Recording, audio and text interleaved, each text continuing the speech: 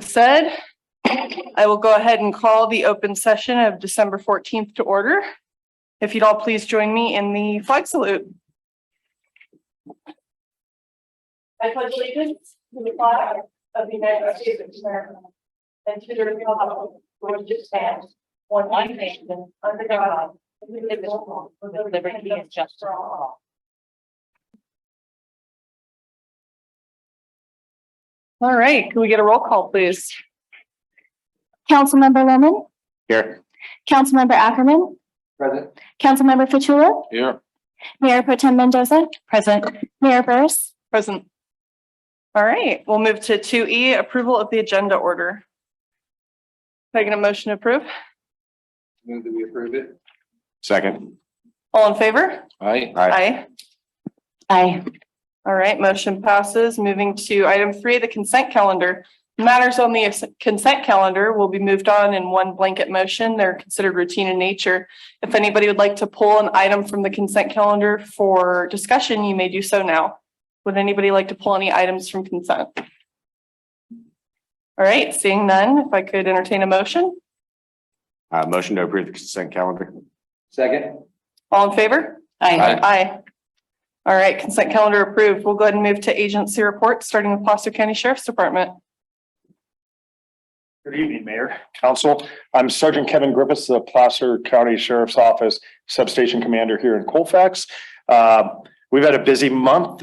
So far this month, we've handled 3,851 calls for service, 155 of those being here in the city of Colfax. The deputies out there have taken over 450 reports, 29 of those here in Colfax, and then we've arrested 141 individuals in Placer County this month. And then wrote 105 citations, which is not something normal for deputies to do, but we're definitely seeing an uptick in the way people are driving and trying to help out our partners throughout the county to try to slow that down. We've also been busy on the search and rescue front. Unfortunately, we had one of our Colfax kids that ended up passing away up outside of Gold Run. Our search and rescue teams were part of that. Very sad chain of events, but the volunteers that we have on our teams, this is unfortunately the third 16-year-old in 3 months that they've been out trying to search for and trying to help. And they come back every single time I pick up that phone, whether it's 11:30 at night, 4:30 in the morning, 6 o'clock in the afternoon. If you see a search and rescue person, thank them, because they are out there on their own time doing this for the community because they care. And that's not just those events, it's the training days that they have to do every month. Some of those teams are training 3 times a month. Our mountain rescue team was up in the blizzard, not this last storm, but the storm before, where normal people wouldn't necessarily go out. These crazy guys do that, guys and gals, and they get out there, and it's amazing what they do for the community. So just be aware of that. I'm going to cut mine short because I know we have a busy meeting tonight with a couple of retirements that are coming up. Is there any questions from the council? Okay, thank you.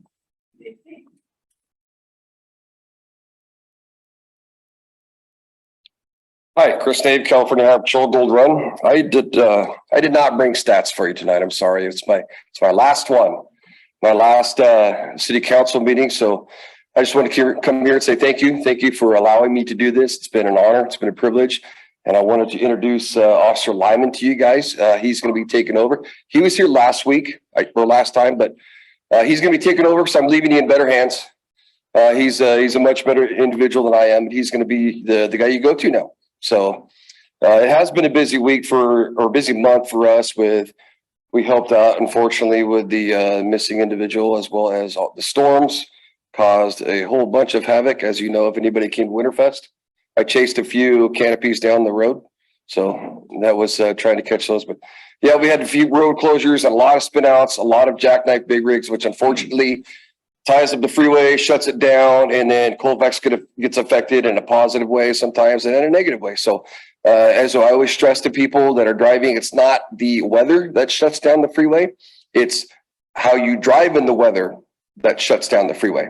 So we're always encouraging folks to slow down, keep that good space cushion between you and people around you. And of course, never mind. It doesn't work. I could say it all I want to, and it doesn't really seem to matter, but it does matter. I'm just kidding. So Yes, that's it for me. So thank you guys so much for all this. It's been an honor and a privilege to serve the community. I was born and raised here. I love it. This is my home, and it's been great. Been great. It feels kind of surreal retiring. It's kind of weird, but I'm not ready to, I think, in my head, but it's time. So Well, thank you, Chris. And you. please, if you would, don't bolt for the door. We still need you for a little bit here. sure. Thank you. Yeah, Chris, I just wanted to say something. Thank you for everything that you've done for this community. I've watched you for many years and you've helped so many children and with the youth sports and everything. Yeah, you got a soft spot in my heart. So congratulations on your retirement, but I'm really sad. Well, thank you. Yeah, me too. It's been a privilege. I've loved every bit of it. So I'm not going anywhere, at least not yet. So Thank you. I look forward to working with you guys. I got some big shoes to fill that I'll try to do what you guys need. Thank you. Thank you. All right, Placer County Fire Department / CAL FIRE. Mayor, City Council, and City Manager Jeff Lovelace, Battalion Chief for CAL FIRE, Placer County Fire Department. As I kind of always do, go a little bit of an update on some of the weather. Obviously, we had a little bit of storm, about 2.7 about that inches of rain that we've had in the past week or so, which infrastructure wise, not that much damage.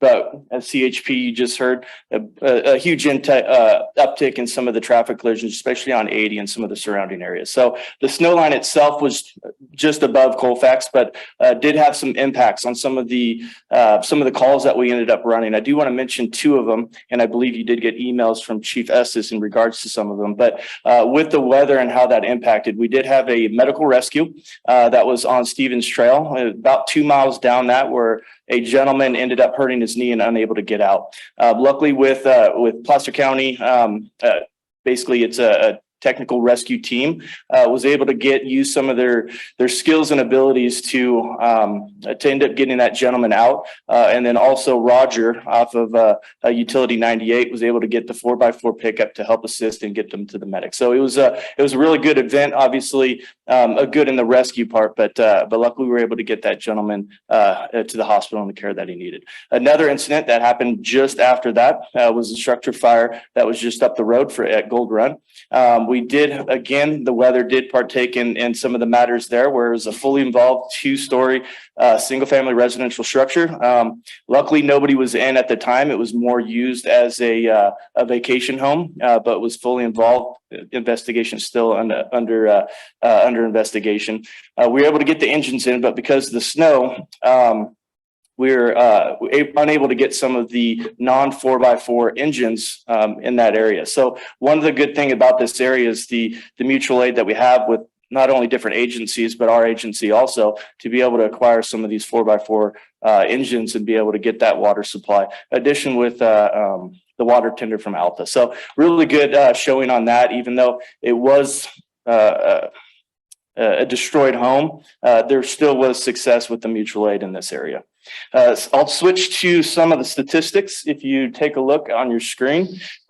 So a slight uptick in some of the things, as again, CHP said, increase on the traffic collisions, mainly due to weather. Our stats itself are about the same kind of normal that you see this time of the year. You do have the response with our volunteers, even though it is 15%, that is still the highest for our volunteers in the county with the response. So a lot of that, it usually be a little bit higher, but one of our volunteers happened to be out of the area for this month. Moving to some of the equipment, as you know, we've had Rescue 36 that has been out of commission, out of service for the last month or two, getting repaired. It should be, the word that we're getting is we should get that back in 2 days, which will help us out just with some of those things. We'll be able to stack the equipment back in there for response for the volunteers itself. One of the events, as you guys know, the Winterfest, it went. The Waterfest, as we're calling it. But ultimately, when we did do the parade with obviously the different agencies, SO and us, there was kids out there. It was a good event where I think we did have a good showing for that. So all in all, with the fireworks and all that, I do look at it as a success with the children. Some of the training that we've been doing with our volunteers, a lot of it has been mainly in and focused on some of that command and control, how to handle these certain situations, including traffic collisions, some of the structure fires. So more of that in classroom overhead projector. So it's been good training for them. I'd just like to end with a quick safety message.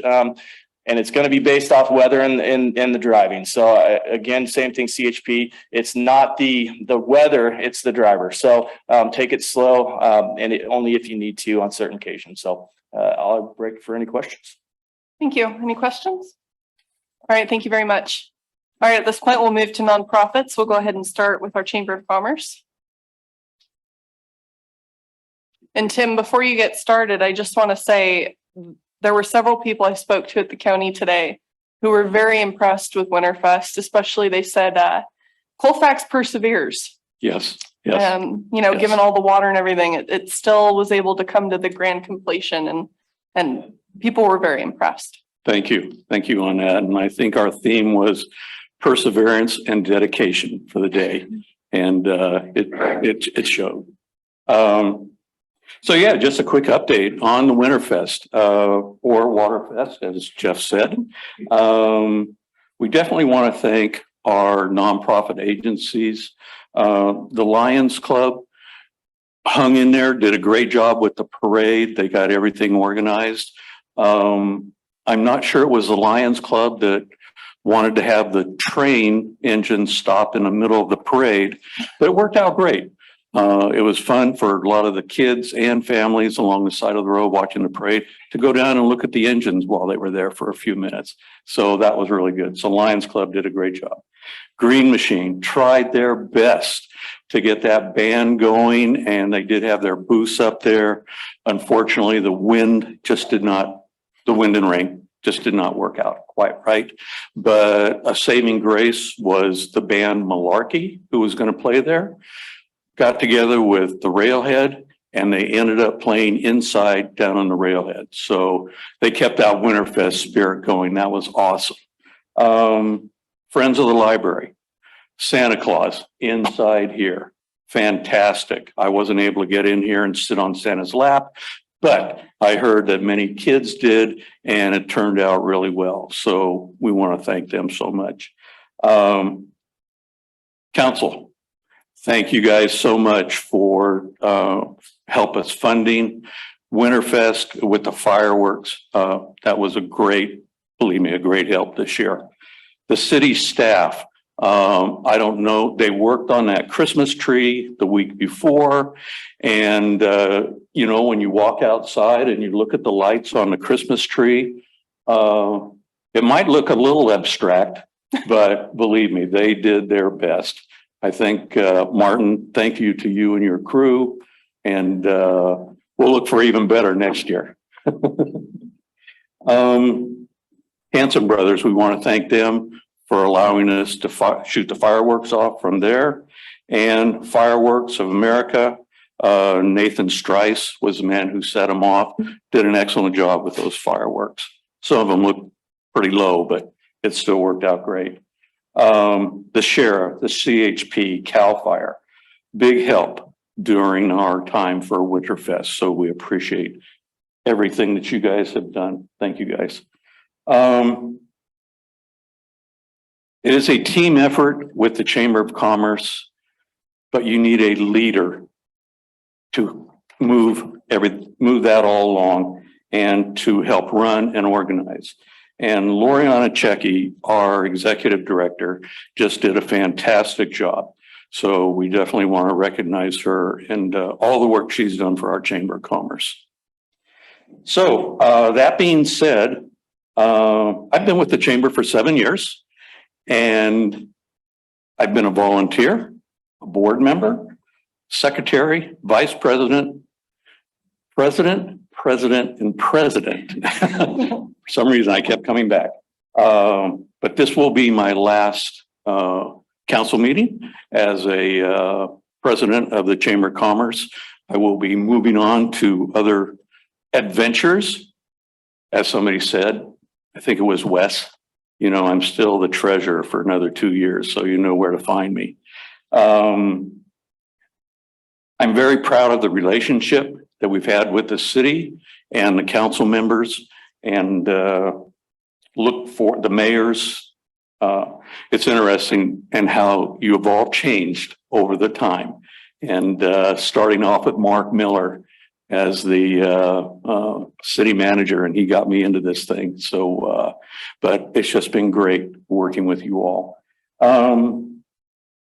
We now have, I believe, an excellent board, and they will continue to do the best that they can for our city and our community and our area. I have great expectations for them with the changes and new ideas that are coming along. It's kind of one of those things with kind of out with the old and in with the new. We have new people there, younger and new ideas. So really appreciate that. So with that, yeah, thank you guys all so much for working together with the Chamber of Commerce, and they just look forward to it. Moving on. Thank you. Thank you so much, Tim. Any comments from council? Thank you, Tim. Thank you. Thank you, All right. everybody, for Winterfest. Takes a team. Yes, yes, it does. On that note, do we have any other nonprofits here this evening who'd like to give a report? All right, seeing none, we'll go ahead and move to our presentations.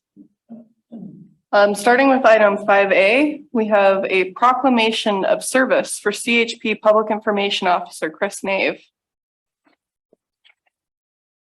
Let me see here. Let's see. Not at all. Actually, I thought it was here in my past, so thank you. Well, let me put my John Hancock on this really quick. So if you don't mind, I'm going to sit while I read it so you guys can actually hear me. Whereas CHP Officer Chris Nave has been a dedicated public servant to the community and city of Colfax, law enforcement runs in Colfax's and Chris's family history. His grandfather Nave served as an officer with Los Angeles Police Department and the Placer County Sheriff's Department. And his grandfather, and I apologize if I mispronounce your grandfather's last name, Leibold, served as a military policeman in the U.S. Army. Colfax High coaches Dick Adams and Buck Wheat, who were also CHP officers at the Gold Run office, gave Chris inspiration for making CHP a great career choice. And whereas at Colfax High School, after being quarterback on the football team, Chris's leadership and prowess led to awards of All-League and All-Metro. As an All-League point guard and team captain, Chris led the Falcons basketball team to many victories.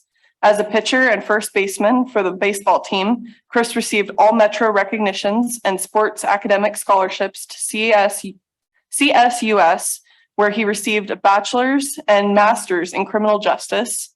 And whereas Chris became an officer serving at Sacramento County Probation Department, then came the acceptance to be an officer in the CHP, where Chris served 10 years in the office of Redwood City, Dublin, and Vallejo. Chris was eventually successful in receiving a transfer to the Gold Run office. Chris served as a regular patrol officer until 2013, after which he became the CHP Public Information Officer. Having coached many different sports before his CHP appointment, Chris also wished to get back into coaching. And whereas Chris has been married to his wife, Kristen, for 27 years, and the couple has had 2 children, daughter Aubrey, a student at Arizona State, and son Bradley, a junior at Colfax High.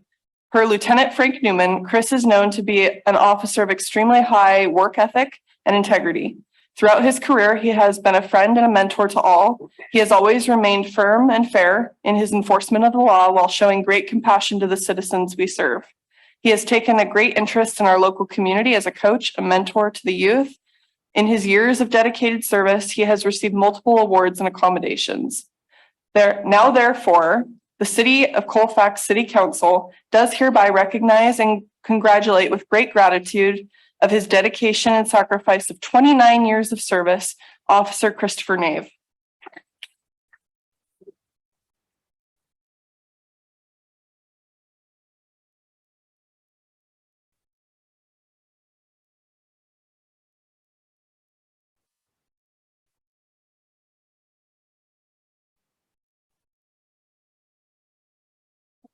Can you go ahead and get it with the whole council right here in the front? I just want to make sure.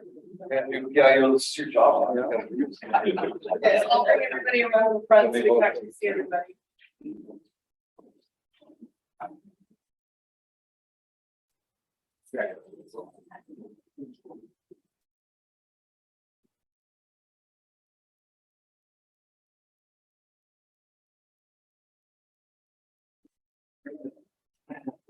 One, two, three. Thank you.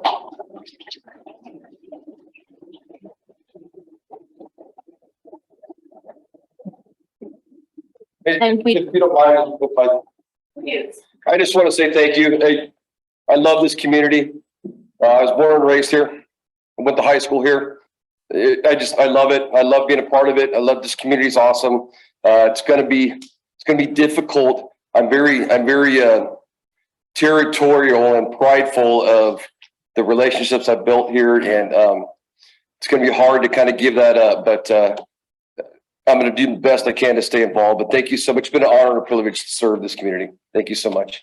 Thank you, Chris. And I believe we have one more person who wants to say a few words about Chris. Sorry. I'm looking at you. Did you want to say a few words? Did I misunderstand?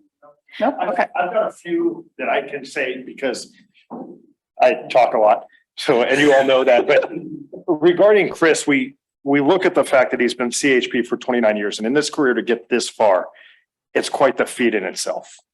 And then you put on top of that, his dedication to the city, the kids. I've got two boys that play baseball, so I know what it means to be that high school coach.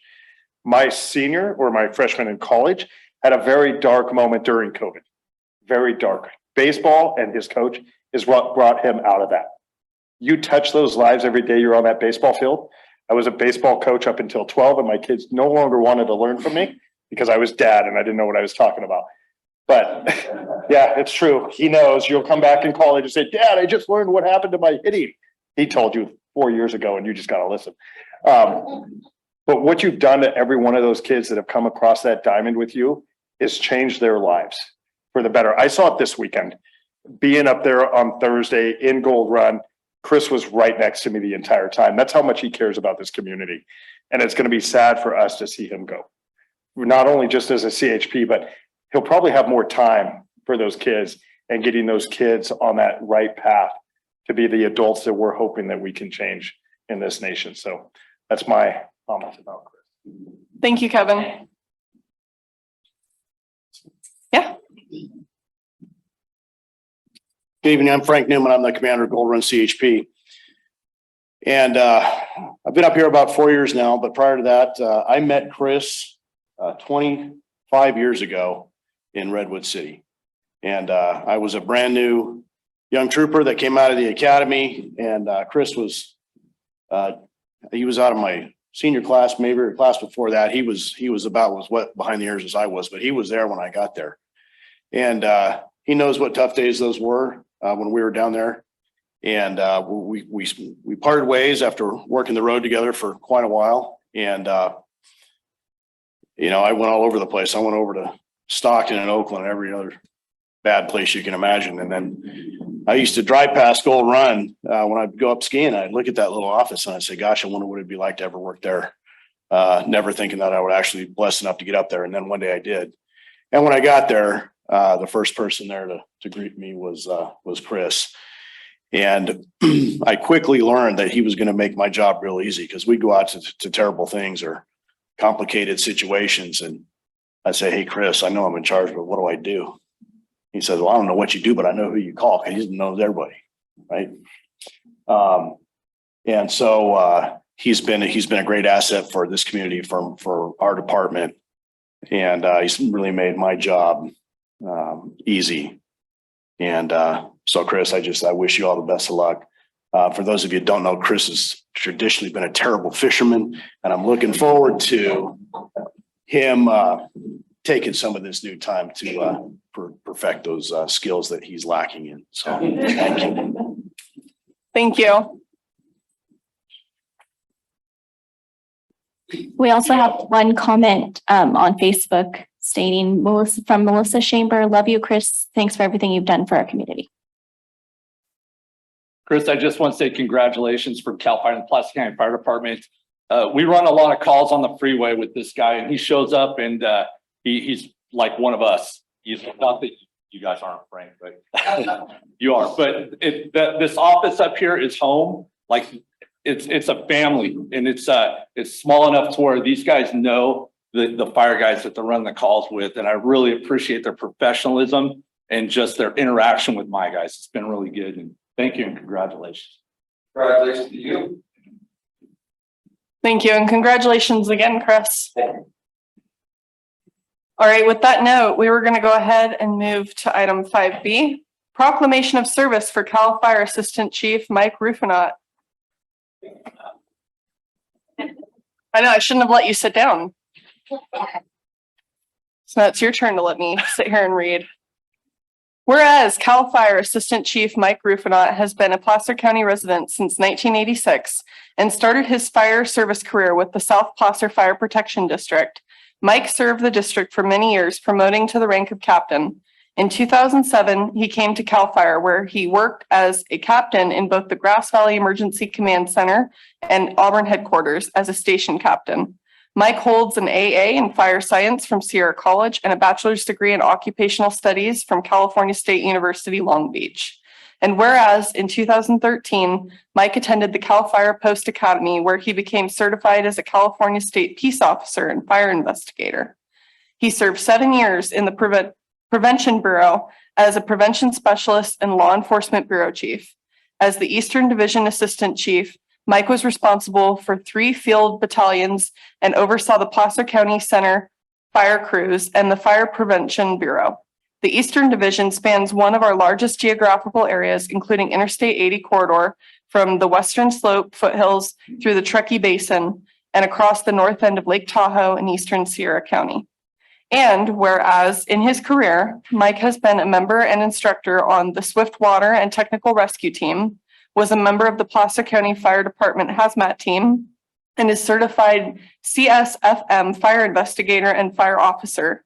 In his peace officer duties, he was active in the training and development of the Dignitary Protection Program, use of force policies, and tactical EMS program management for the PCFD. Mike serves as an investigator on the Serious Accident Review Team incidents and has been instrumental in building an allied relationship between Placer County Sheriff's Office and the Placer County Fire Department. And whereas Mike has served the community of Colfax in Placer County for 39 dedicated years, now therefore the City of Colfax City Council do hereby recognize and congratulate with great gratitude Cal Fire Assistant Chief Mike Rufinot.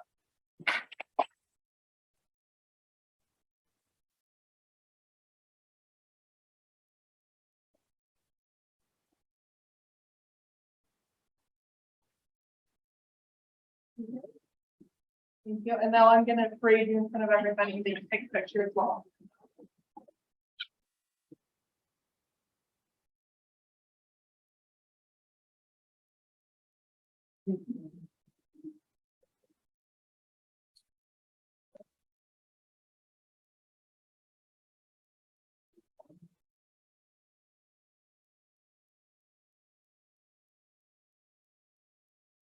Thank you.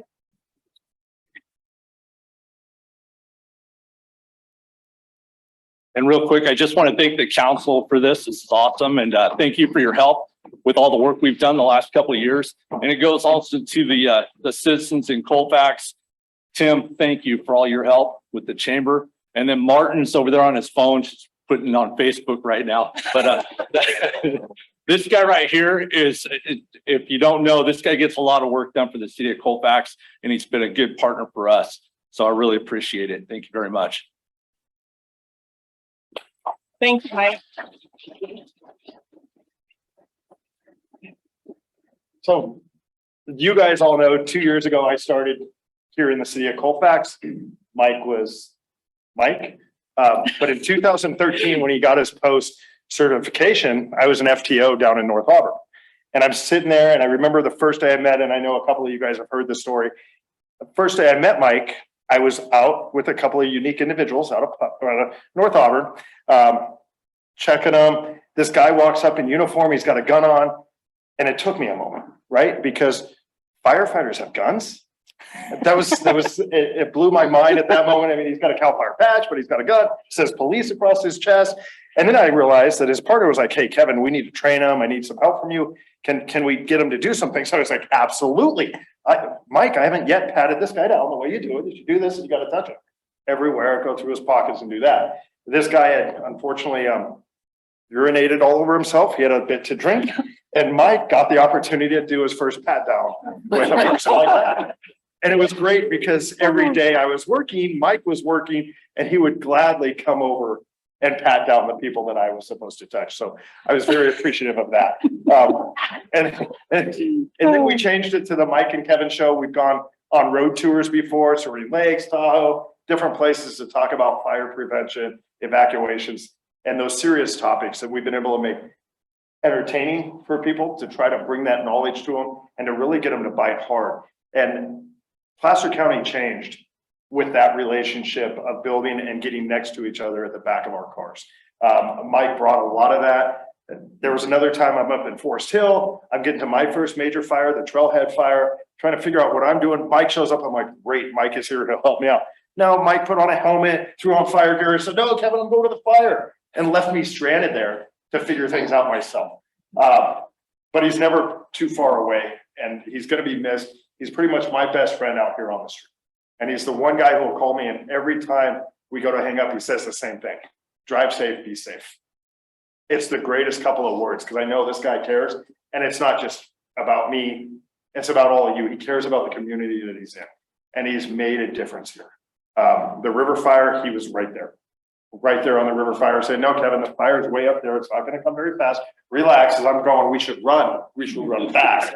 But he's been there, and he'll continue to be there for me. I know that, because we're best buds. If you need your car waxed, he does a fantastic job. I'm trying to get him to open up a concierge kind of car wax detail place where we'll pick it up at your work, take it to his house, do the job. It's a fantastic job. So thank you. Thank you.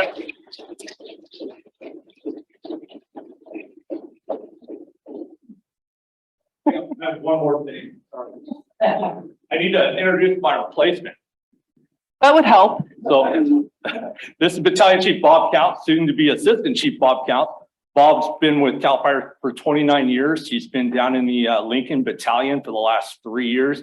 Very experienced individual. He's worked in with county or local government contracts over in Amador, El Dorado for a number of years. Very versed in that. He's a trainee or a deputy IC on one of our incident management teams. So very skilled fire officer at the same time. People ask me, hey, you feel sad about retiring? You know, there's those, the interactions I'm going to miss for sure. But what makes it a lot better is that I'm getting a person like this to take over my job so he can continue what I've done and make things better. So I'm looking forward to seeing where the unit goes in the next couple months with all the new hires that we have, as well as Bob. He's awesome. I'm leaving you guys in good hands. It makes me feel better. And thank you again. Appreciate it. Thank you. Thank you. I'm excited to serve the city of Colfax and the surrounding areas. And nobody could ever replace Mike, but I'm going to do my best to pick up all the good work he's done over the past few years and continue it on. So looking forward to meeting all of you, getting to know the community and all of you a little better, and we'll move forward. Thank you. Thank you so much.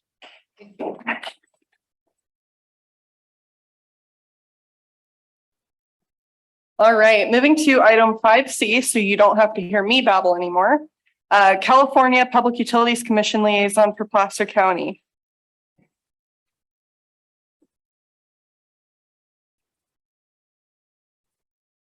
Good evening, council. Good evening, residents of Colfax.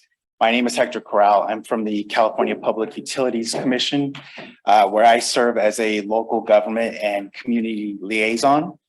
So we have a whole branch at the commission that is dedicated to performing outreach to the businesses in the state, as well as our community and local government inside, which where's I'm at. So me and 7 other liaisons, we go out and perform outreach to our respective counties and cities in our territories. And I am the liaison for Placer County. Just for folks who don't know, the Public Utilities Commission, as the name implies, regulates the state's utilities. So that's approving the rates and services for privately owned electric, natural gas, and water utility companies. We also regulate the telecommunications space. So consumer protection, financial assistance programs for customers, as well as regulating rates. We are involved in the rail industry. So all the crossings in the state are CPUC jurisdiction. So we make sure that they are maintained safely. Any new crossings or modifications to existing crossings will be involved in helping to do the safety diagnosis for that. And make sure that the state and federal regulations are being followed. And then we also provide regulation over passenger transportation companies. So that's like your rideshare companies like Uber and Lyft, charter buses, limousine companies, party buses, etc. We license them. We enforce public safety regulation on them as well. We do share a lot of overlap with other state agencies. For example, like the California Energy Commission. Obviously, they're involved in energy regulation as well. The other agencies tend to focus on kind of the source. Where's the energy coming from? What's the quality of it? Whereas the CPUC focuses on rates. So how much are customers paying for their utilities? Equity, making sure that everybody in the state has access to these essential services, as well as safety. So making sure that the utility companies who own this infrastructure, they are properly maintaining it to prevent any type of hazards to their constituents.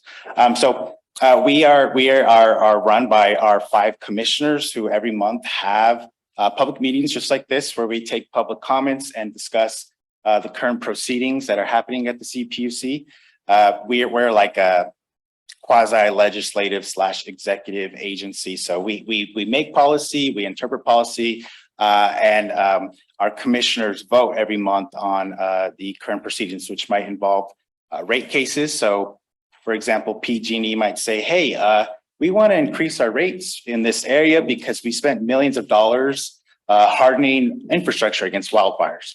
And so our commissioners will take a look at all the evidence and see, what it is that PG&E wants to increase their rates to, and they'll make a decision on, if that's a reasonable request or not. Also investigations. So let's say a utility company, AT&T, somebody accuses them of not following specific regulations, or perhaps CPUC staff accuses them. We'll go through a whole investigation process through proceeding where our commissioners will vote to determine, are they guilty or not guilty. With all that being said, part of what I like to do is, find out what's going on in the communities, the cities and counties in my territory to kind of see, what proceedings at the CPUC might be of interest to them, because we are big on trying to get stakeholder engagement. Our utility companies in the state, they're very loud. They have a lot of resources and lobbyists. They follow everything that we do. So it's really easy for them to, provide their opinion, provide their side of the facts, but we don't always get that from the actual state's residents and stakeholders, local governments, community-based organizations. Part of what I'd like to do is if in the future, if anybody in Colfax, if there are any issues or goals or concerns that might have to do with the utilities, I'm happy to be a starting point for you to start to discuss some of those issues. If you're curious about certain proceedings or programs, again, you can start with me and I'll find our subject matter experts at the CPUC who can kind of, dive into those, if it's an energy issue or a rail issue, and to kind of see if, they can help us with that. So just, as I mentioned, public participation is really important to us. If anybody is following our proceedings, like a big one right now, for example, is our net energy metering rooftop solar panel 3.0 proceeding. That's a big one in the state.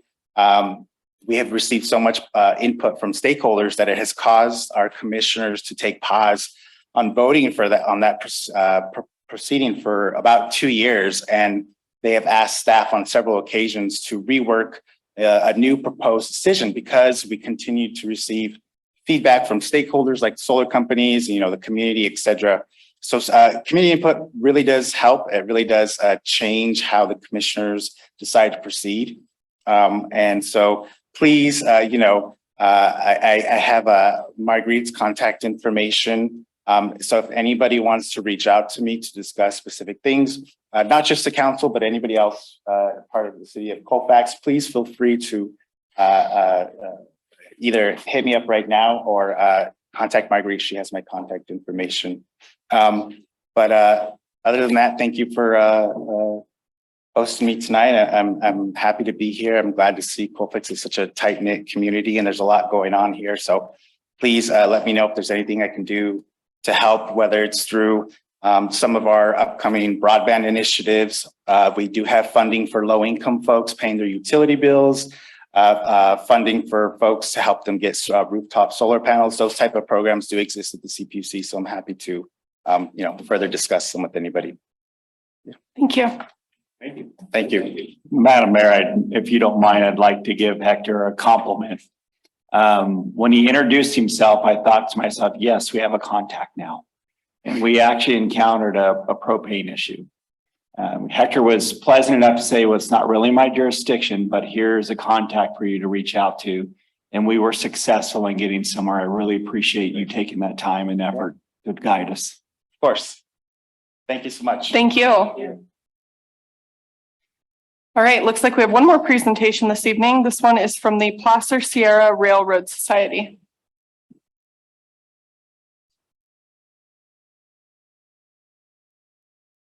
Good evening, Madam Mayor, members of the council, staff, members of the community. It's tough following all the celebratory awards given. I hope I don't put you all to sleep, but so I represent the Placer Sierra Railroad Heritage Society. That's a mouthful, so we just say PSRHS.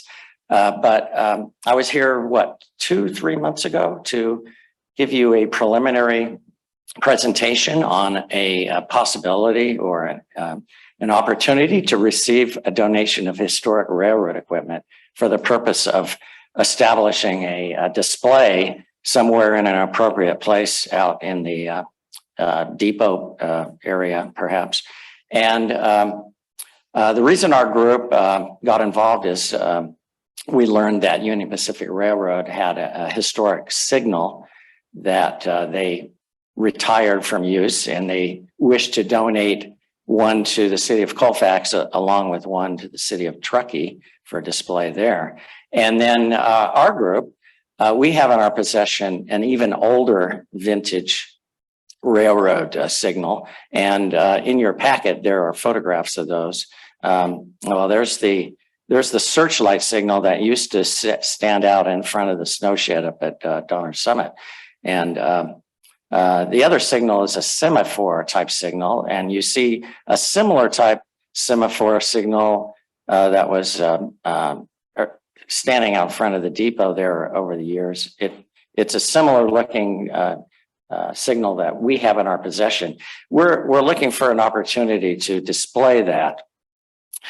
We obtained that years ago when a couple were still available, and we thought, we want to display this to interpret railroad history.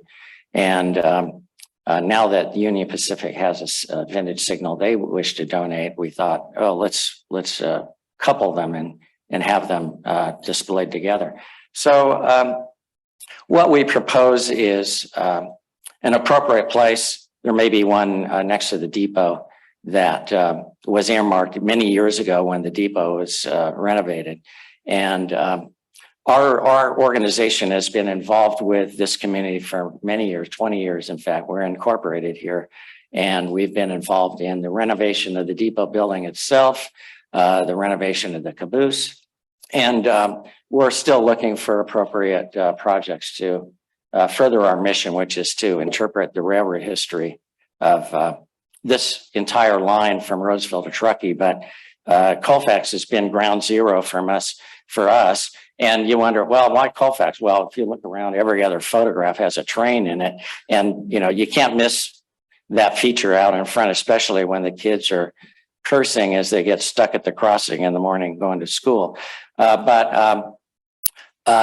In case you didn't have the opportunity to study your presentation letter, I'd like to introduce Dick Dorn, who's a railroad historian. He can tell you the significance of these pieces and why they are really exciting to have on display. And then Roger here, who was involved in the renovation of the depot building as well as the caboose. He will talk about the site that may be appropriate by the depot or any other sites that are potentially available. So, yeah. Okay. If you can go back to the previous one that shows the two signals. Just to give you a little bit of background of who I am. I live in Yuba City. I drove all the way up from Yuba City because I feel really passionate about this.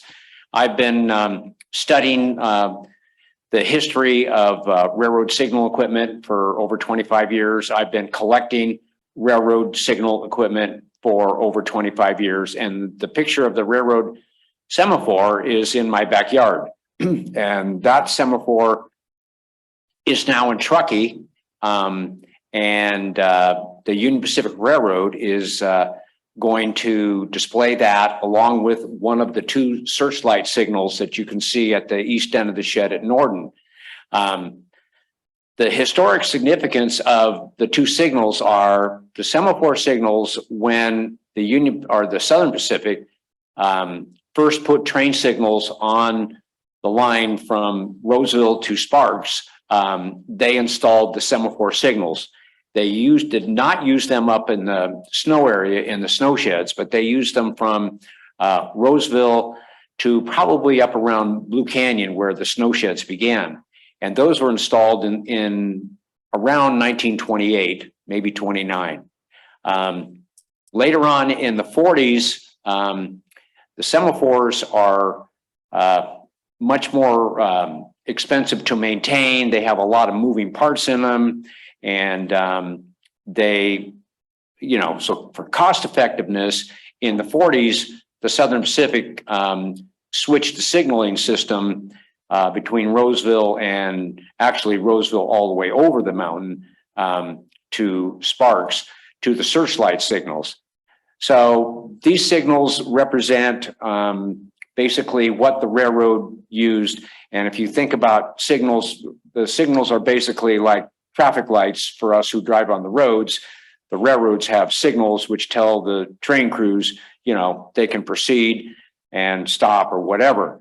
So the Union Pacific obviously feels that that the searchlights that were at Norden were valuable and historic. And in my talks with in talking with them, I was able to get them to realize the historical significance and save. Those were the last two searchlight signals that were on the railroad between Roseville and Sparks. So they represent some really historic significance. That one of the set of searchlights is also going to be displayed in front of the Union Pacific office in Truckee. To me, this is an opportunity for Colfax to add to, you have the depot, which is beautiful, and inside has tremendous amount of historical artifacts. The caboose, it would just be one more thing that could add to the historical significance. And the railroad, the railroad has played such a huge important part in Colfax's history since the very beginning of the city. So, and then I think that's kind of it. Anybody have any questions about the significance of them? Okay, well, Roger is going to talk to you a little bit about I need to add one other thing. The Union Pacific Signal Department that's here in Colfax has agreed to help us out. They have, obviously the searchlight signals that you see there are probably about 15 feet tall. So it's not something where a couple of people go out there and put it up. So they have trucks and they have agreed when it comes time and we have everything ready to go and we have all the engineering and everything done, if this happens, that they will come. They will also supply some of the appropriate base material because they're still putting up new signals, but they use the same kind of base that goes into the ground that the signal will mount on. So they're willing to cooperate with us and provide whatever help. And they have some of their, which are called signal maintainers, the guy who's work on this, who are anxious to help with the project. Will they be functional? Yeah, absolutely. Yes. The searchlight signals, basically, at my house, I have a 75-foot piece of track and I have 10 searchlight signals, which are totally operational.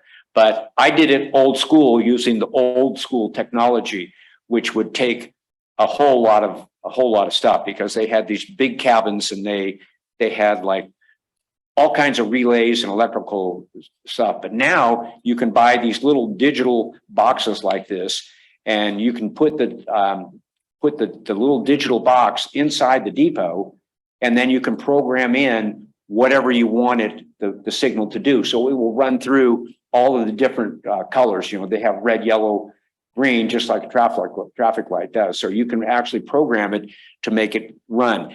Now, this little digital box was specifically made for searchlights, but we think we can probably adapt it to make the semaphore run as well. And so that way, you know, we can actually make it run all the time. So, and we've talked to the manager here, the signal manager here in Colfax, and he was there when we went and looked at the possible location, and he was totally okay with that. And and it would be really cool to light them up at night. You can't really see the lights that well during the daytime, but at nighttime you can see the lights really well. And the searchlights, they're called the searchlight signal because they have a mechanism inside which focuses a beam of light just straight out. So it won't be like putting out a whole lot of light. It will have this one beam that projects out. And if you see it like in the snow or the fog or the rain, it's really beautiful. It just, you get this big beam of light that will shoot out like 20, 30 feet and lights up the snowflakes or the rain or the fog. So they're actually pretty, they're pretty neat. So, but yeah, we plan to make them functional. And they were fully functional when they took them down, and the railroad was real careful because they knew that they were going to save them. So, and plus we have the signal department right here to help us out with any, if something doesn't work, they've got parts and pieces to make it work. Thank you. That's kind of a hard act to follow. Can you back up to the previous picture?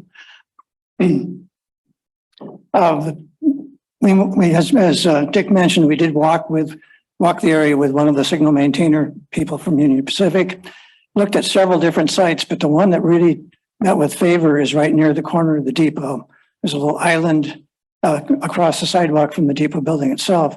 And one of the reasons this site is very favorable is when we were working on the depot project, we envisioned the need for some displays in the area and possibly some power to those displays. And we decided that one location right there was worth putting some buried conduit, and it is in the ground right now. So there is ability to run power from the depot building through buried conduit to that location. And that's what met with a lot of favor for this particular site. At one time, we had actually proposed to put another signal display in there, but that never came to fruition. So we do have conduit buried already there. We have a power source from the building that would allow us to put power to the units. And any other place we looked at, we would have to solve the power problem.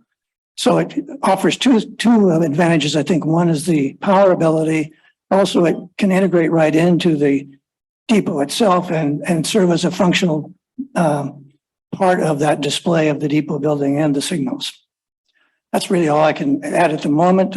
If you have any other questions about the project in general.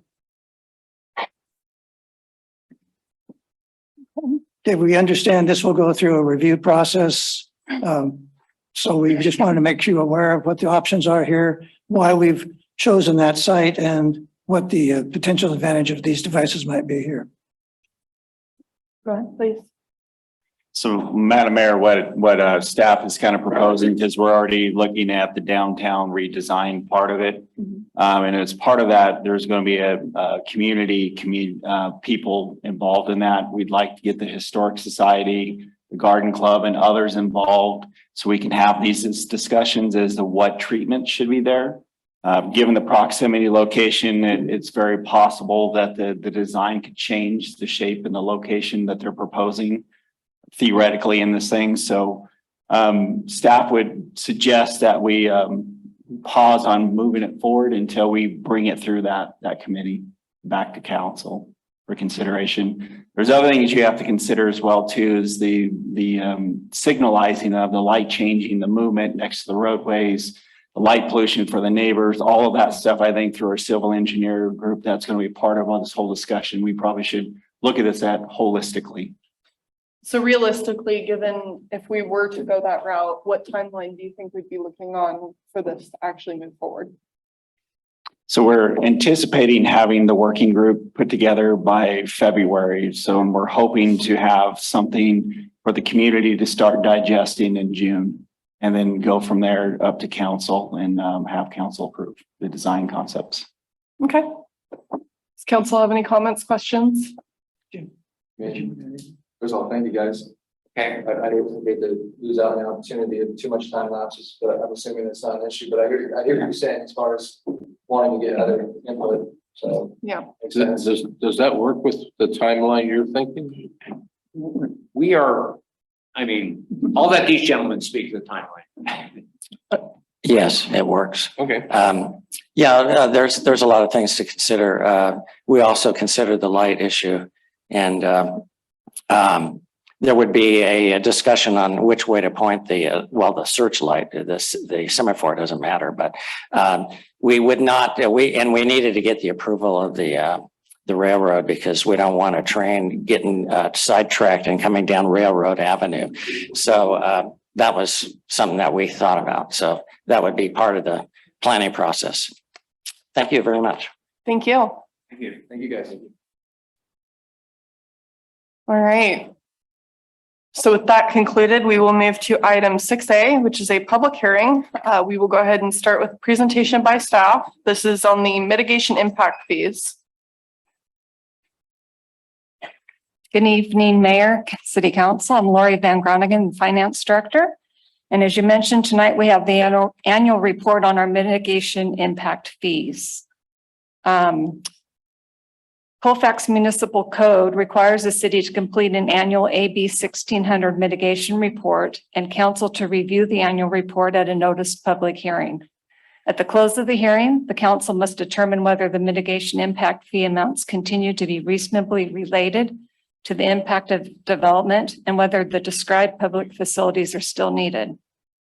As required, the city maintains separate fund accounts for each mitigation fee type.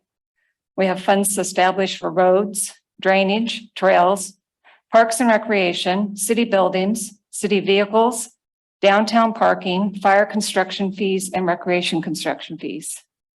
These fees earn and accumulate interest, and all expenditures from these funds have been for the purpose for which the fees were collected. The report itself, you can move to the next page, I think, Marguerite. This is the actual report with the different funds going across the top. It shows the revenue that was collected. All the revenue we collected this last fiscal year was from Colfax Hospitality related to the Best Western. And maybe one other little construction job. It shows the interest that was earned and then the project expenditures. We had 3 projects that were completed this year. It was the finalization of the roundabout monument, the South Opera and Whitcomb improvements, and the 101 Railroad parking lot improvements that we did across the street.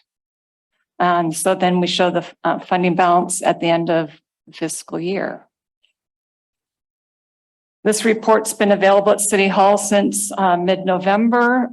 The public hearing was published in the Auburn Journal in time. And staff will be recommending that council accepts and approves the mitigation report and makes the findings pursuant to the code. That's my presentation to get going. All right, thank you very much, Lori. Council, do we have any comments, questions? All right. With that being said, I'll go ahead and open it up for public comment. Do we have any public comment on this item? It's a public hearing. They open the public hearing. Yeah. Yep.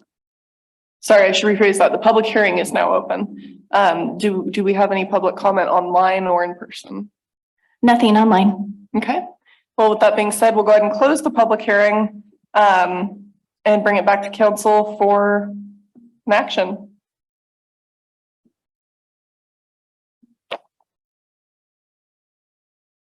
I assume we'll probably, oh, go ahead. Okay. Second. All right, all in favor? Aye. Aye. All right, motion passes. And we can move to item Thank you, Laura. 7, regular public comment. This is the time in our agenda for comments on items that are not on tonight's agenda. So if anybody has any public comment, now would be the time.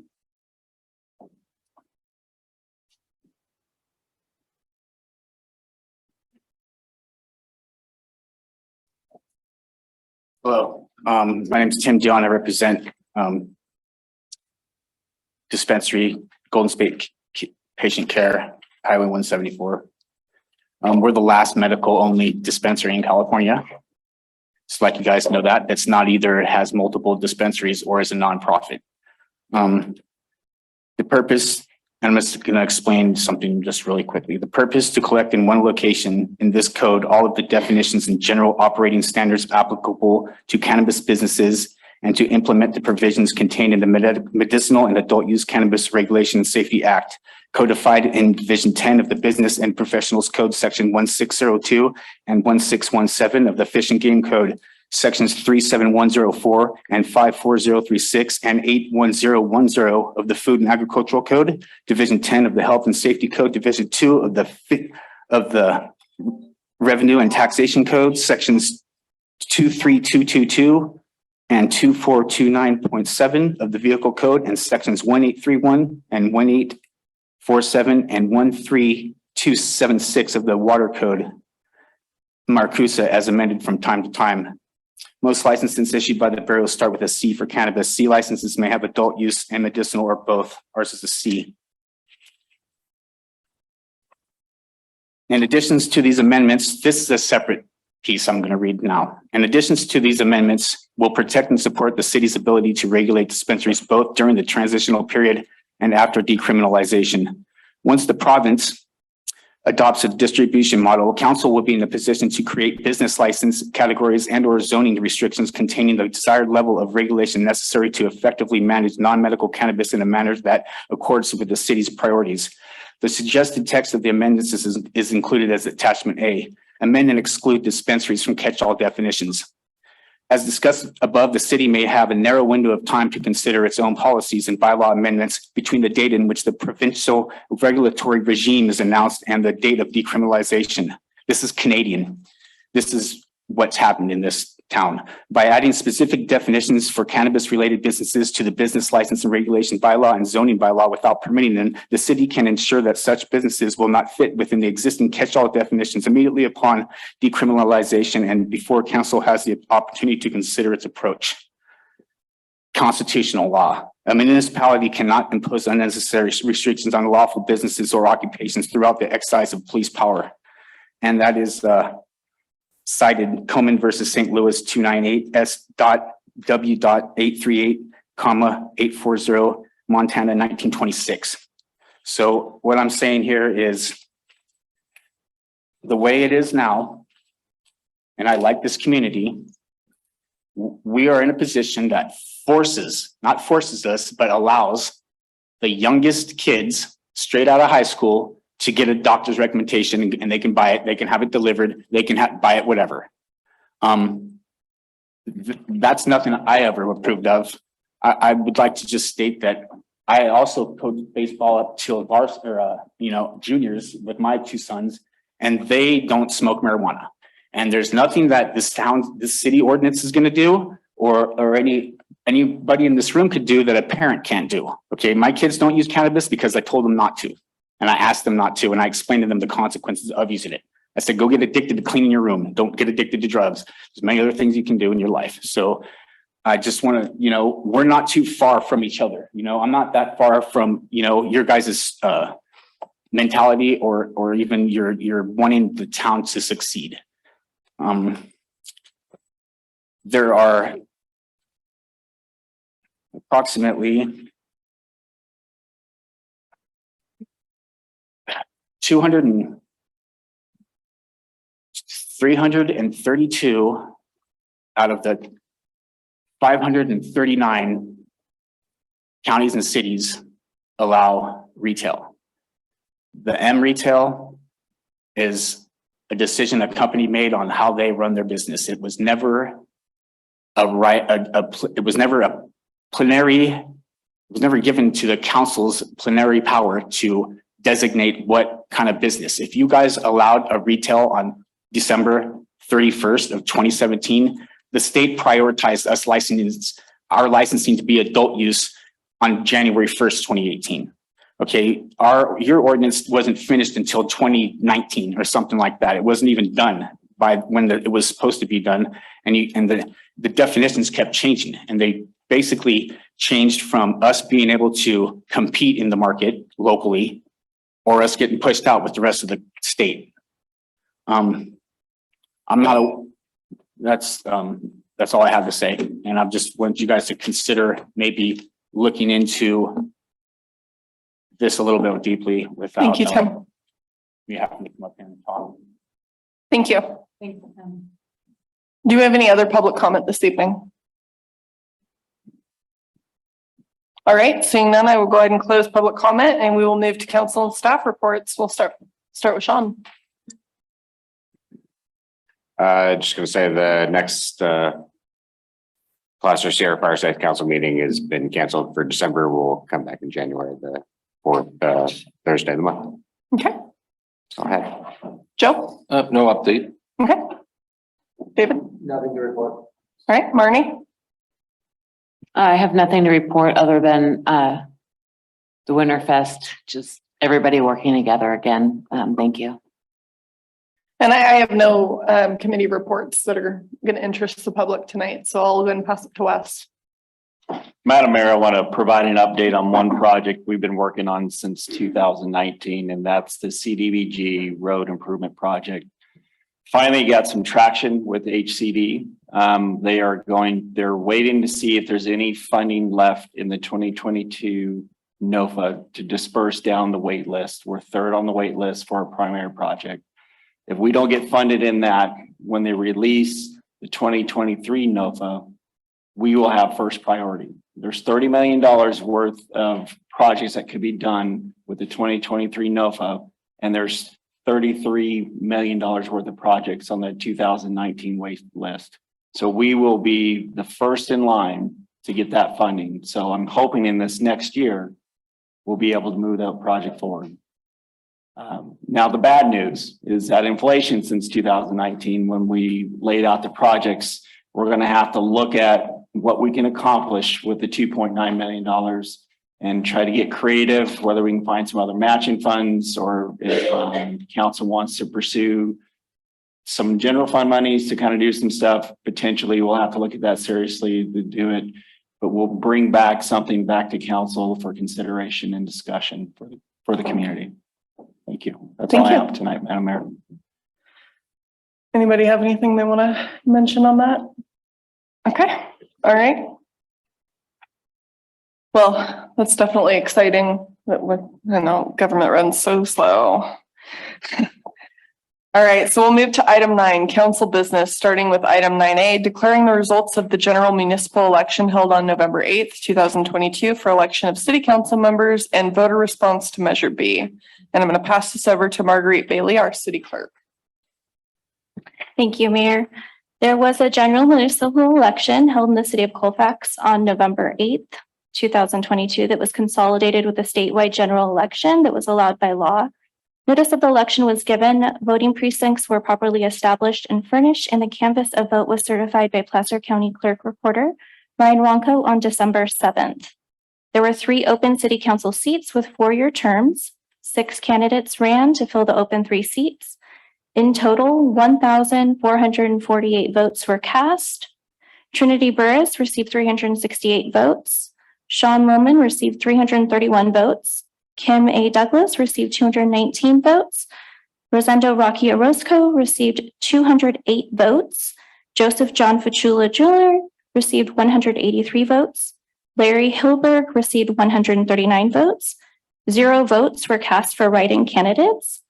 Measure B was also on the ballot, which was to increase the city's transient occupancy tax from 8 to 10%, paid only by guests to maintain essential services such as public safety, road maintenance, parks, and recreation.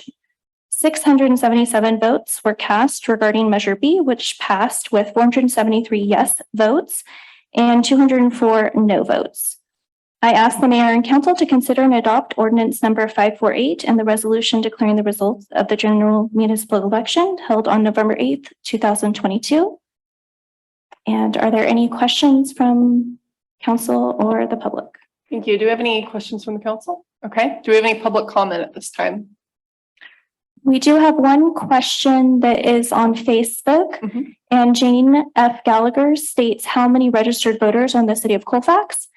And I can tell you it's approximately 1,200, but I would have to look up the exact number before the election. Thank you. All right. Well, with that being said, if we have no more public comment, I'll bring it back to the council for action. Move to approve. Second. All in favor? Aye. Aye. All right, motion passes. We will move to item 9B. Oath of office and seating of the new council members. So this will go to Marguerite as well. Yes, thank you. Before we do that, the city of Colfax would like to formally recognize Councilmember Joseph John Fachula Jr.'s committed service on the Colfax City Council from 2018 to 2022. His hard work and attention to detail has been evident in many city projects. His diligent and dedicated work ethic are duly noted. Thank you, Marguerite. And thank you, Joe. Thank you, Joe. All right.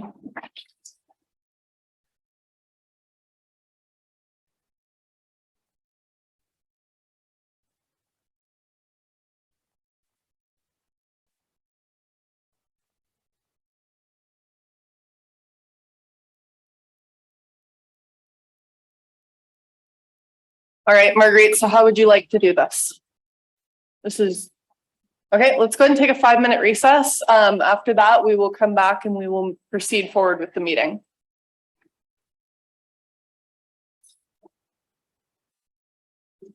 Yeah.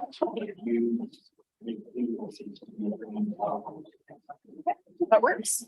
Yeah, we can just do it right here like we did last time.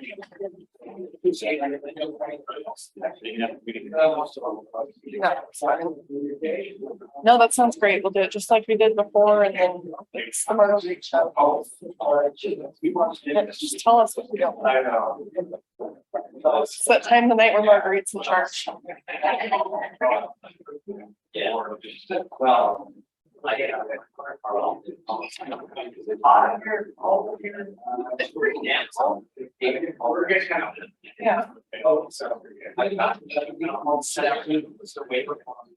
I mean, we have jobs. Take whatever.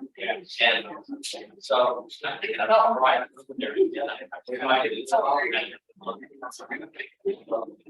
I did that.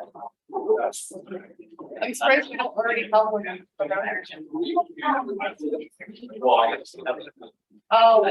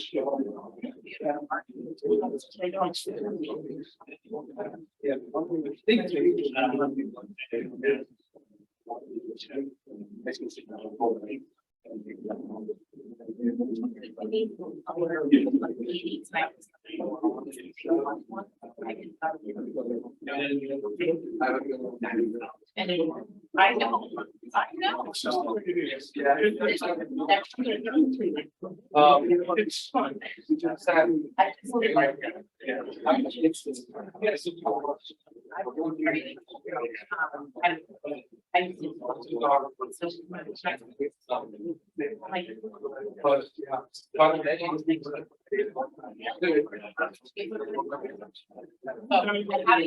Still in my water, and then and then.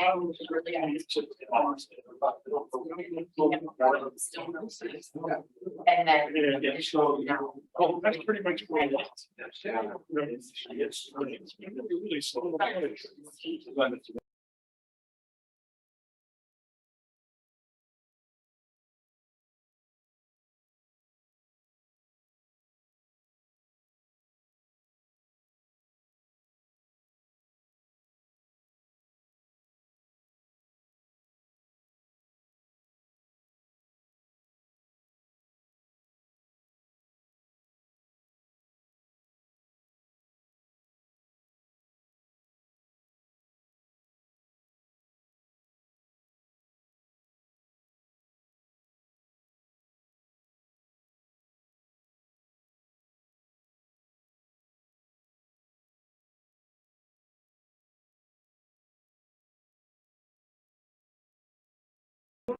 All right, I'm gonna go ahead and pull everybody back.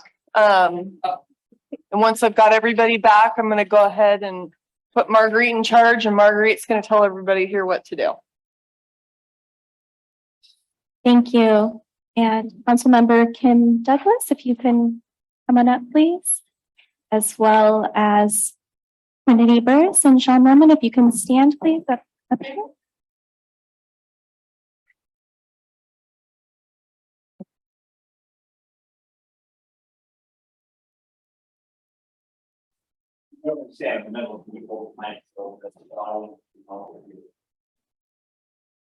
If you can raise your right arm, or thank you. And you can repeat after me. I, Trinity Burris. I, Kim Douglas. I, Sean Lohman. Do solemnly swear that I will support and defend the Constitution of the United States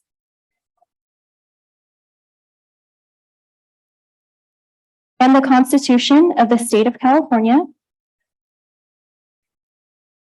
against all enemies, foreign and domestic, that I will bear true faith and allegiance to the Constitution of the United States and the Constitution of the State of California, that I take this obligation freely without any mental reservation or purpose of evasion, and that I will well and faithfully discharge the duties of council member upon which I am about to enter into for the City of Colfax, County of Placer, State of California, according to the best of my ability.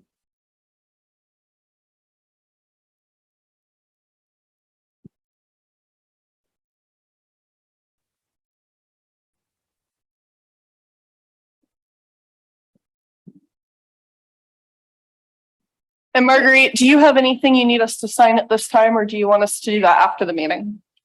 I do have the oaths of office if you'd like to sign these now. Yeah, let's go ahead and sign those now really quick. Thank you.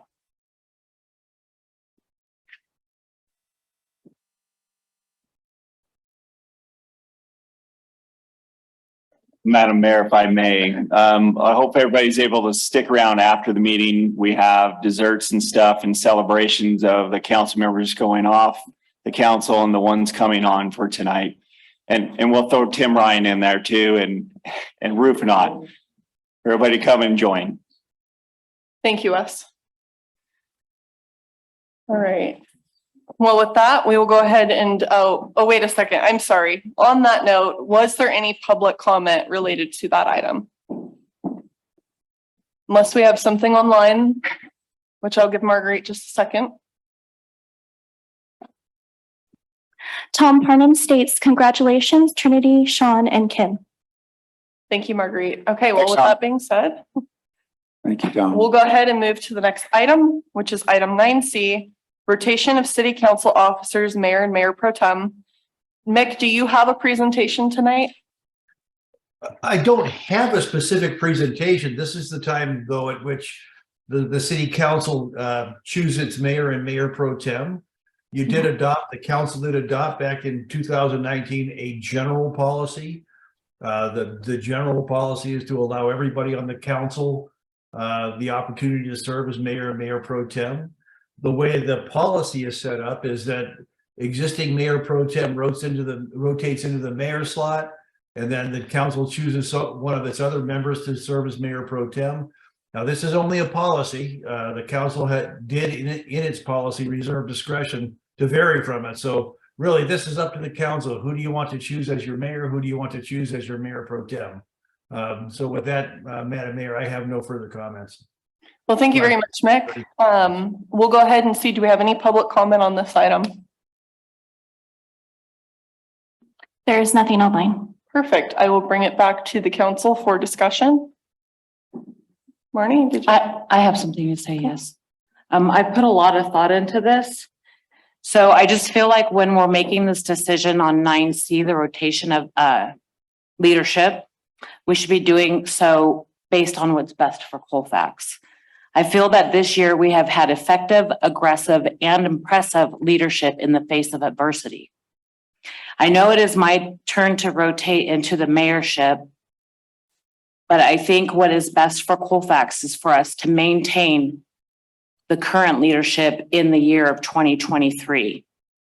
And I would like to make a motion to reappoint Mayor Burris to mayorship and reappoint myself to vice mayor.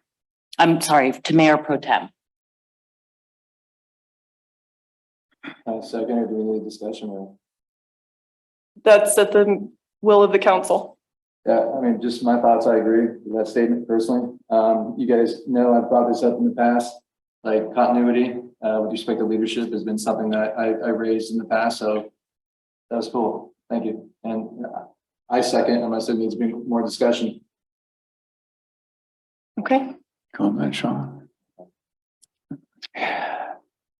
Well, I think Trinity's been doing a good job and I find nothing wrong with that.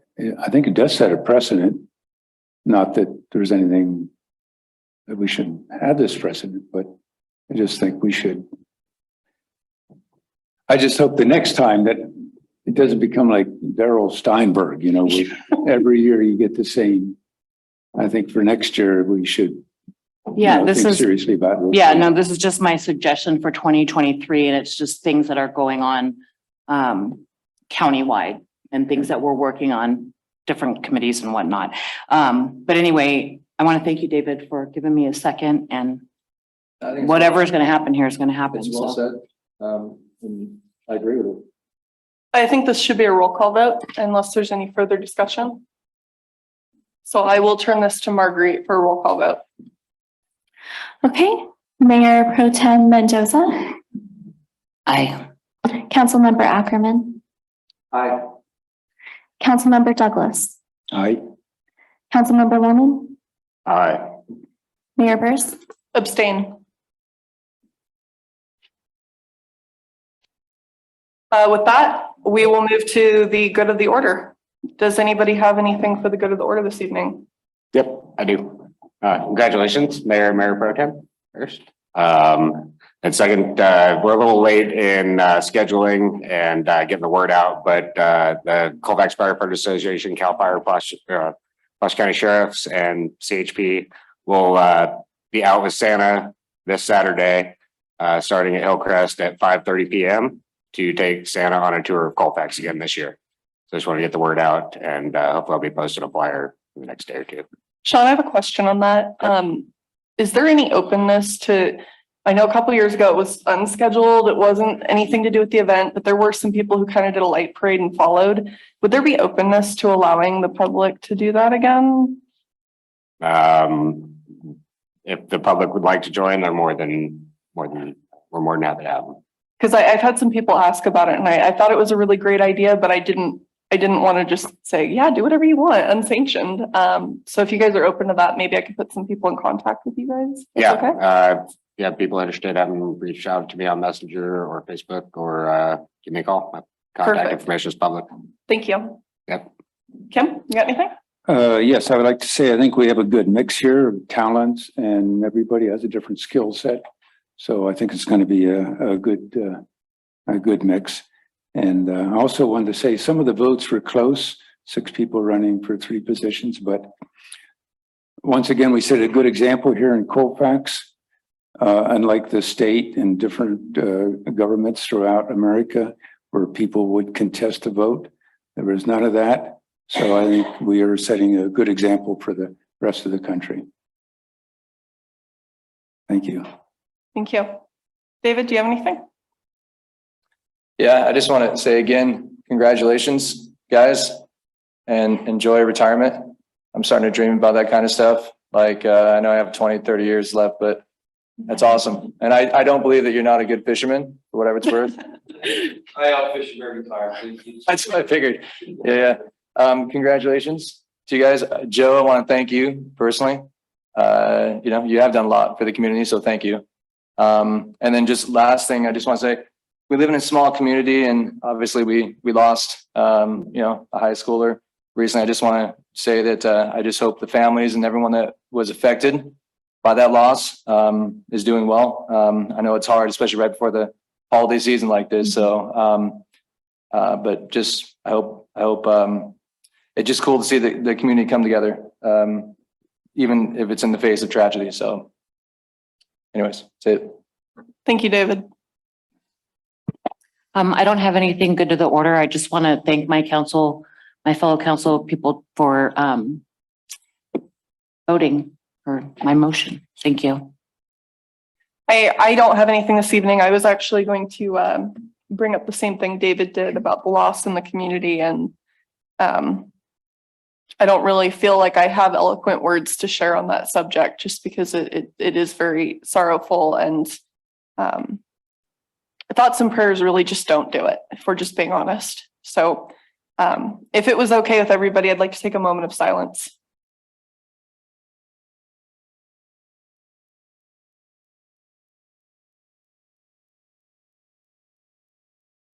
Thank you. Wes, do you have anything for good of the order? I do not, Madam Mayor. Well, with that, we are adjourned. Thank you very much.